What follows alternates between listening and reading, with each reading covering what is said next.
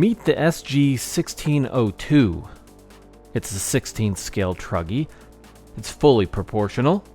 Has a brushless motor. Alright, look. When companies contact me, I tell every single one of them that I'm honest, that I share the good with the bad. That does scare some companies away, but most, fearing a bad review, tend to send over their good stuff. With this in mind, BANGGOOD sent the SG1602. Now, it's been out for a bit already, and if you follow RC, you probably know that it's been reviewing well. So I expect this to be pretty good. But sit tight and stay tuned to see if it really should be on your Christmas list.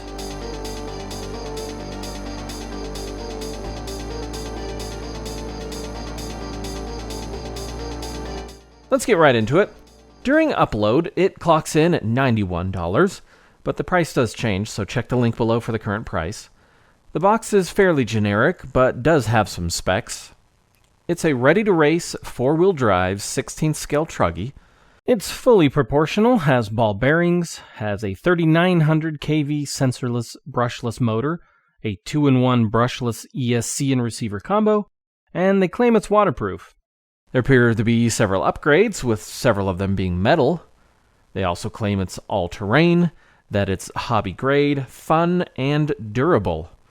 Here are some dimensions and other stats.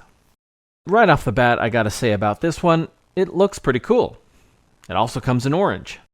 You get this clear plastic piece to cover the electronics from water. I didn't use it, but it looked like it would do a pretty good job of keeping water out. But my guess is that the 2 sticky pads they provide won't hold very long. The controller looks pretty good, and it worked well. Very plasticky, but didn't really feel cheap. The controller takes 3 AA batteries. You also get a few extras like the LED lights, zip ties, battery charger, wheelie bar, extra body clips, and a screwdriver. The battery I got was a 7.4 volt, 1500 milliamp hour lithium ion. Website says it's a 1300 milliamp hour battery, so probably just received an upgraded battery and they just need to update the site. The battery and ESC both use a Dean's or T connector. The provided charger would work, but would take a while. I use my fancy one. While it's charging, let's put on the wing and look at the car.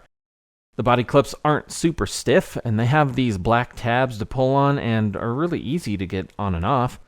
But perhaps too easy. I did lose a few right away, after only a few tumbles.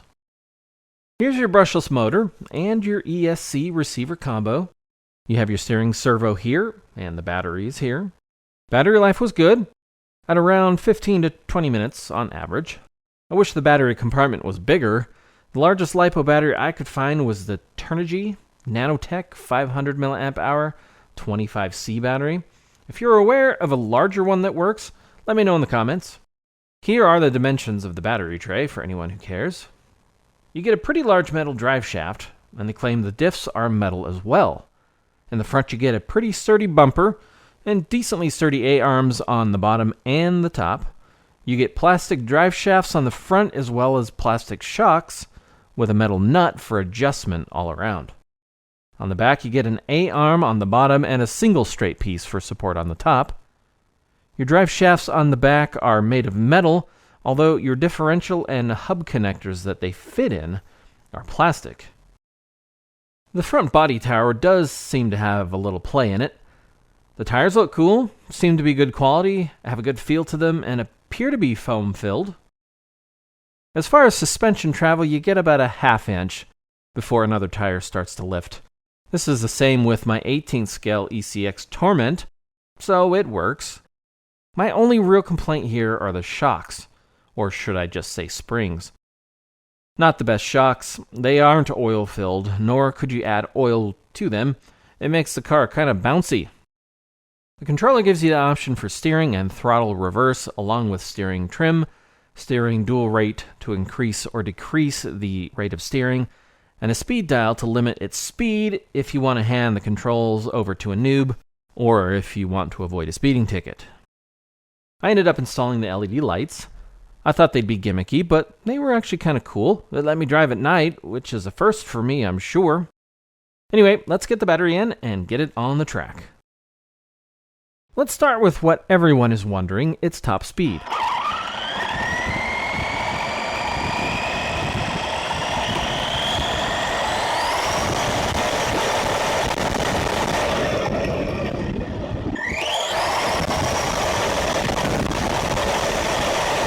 So after a few speed runs, as you saw, it seems stock.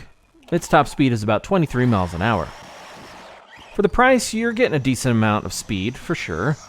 It's a lot of fun to bash with. In the loose dirt, it did have enough power that it wanted to oversteer quite a bit. But learn to ease in on the throttle, and learning to control the power was a joy. It's not quite fast enough to handle your larger 8th or 10th scale tracks, but it made it over a few jumps, plus I'm not good at these tracks. I never had an issue with range, and in fact it was pretty good.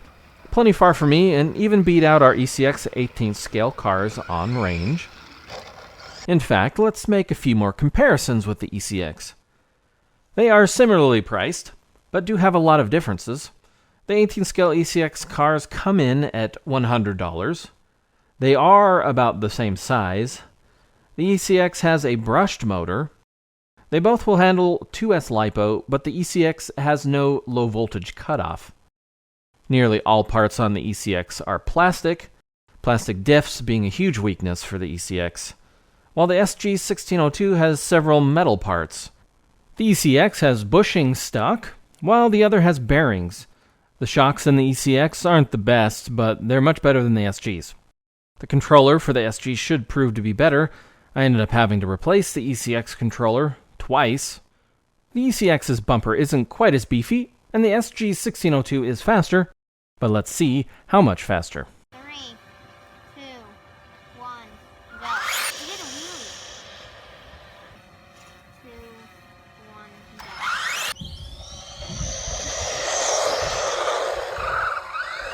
3, 2, 1, go. Quite a bit faster. It wouldn't take my Nitro Fortec, but even against my modified 18th scale Torment, it still won. 3, 2, 1, go. Oh, that is fast. It has enough torque to control in the air, which adds to the fun. It didn't really need the wheelie bar, unless you had tons of traction. It doesn't seem bothered by grass, and as far as durability goes,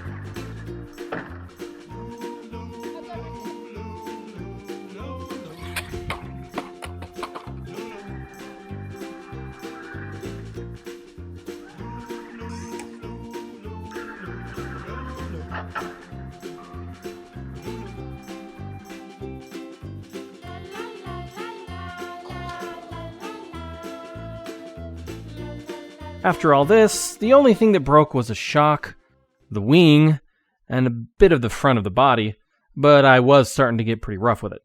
All the major components seem pretty durable. In my opinion, to call yourself a hobby grade, you should have parts available. It shows a bunch of parts, but can I find any? Since searching the internet doesn't make for good video, yes, I was able to find a lot of them, but a few I couldn't. I think I found the wing and the body, but I kind of had to use my Google foo, so it's a mostly in my book. I only had a few minor issues. The screws holding in one of the tires did seem to come loose, but adding a little thread lock should solve that. After running it through the dirt, the rear suspension did get a bit squeaky. The body tray also seemed to slowly tear up the battery wire. I just cut a tiny spot for it out of the body, and that should help out. The LED lights would sometimes fall out if I got too rough with it, and the shocks, I mentioned the shocks, they are by far the only real demerit on this car. It made jumping a bit more treacherous and added to the tumbles. For the price and for what you get, it's forgivable. But still, they should be upgraded if you really want to get serious with this car. I did order some. They have more metal on them, but the biggest improvement is they are oil-filled. Check out the drop test. So, much better. They do raise your ride height. Better in grass, but higher center of gravity. The rear has gotten sort of stiff on me, but it's still very usable. So yes, for the price, you get a lot of car, so go get one. Link below. And maybe upgrade the shocks. Thanks for watching.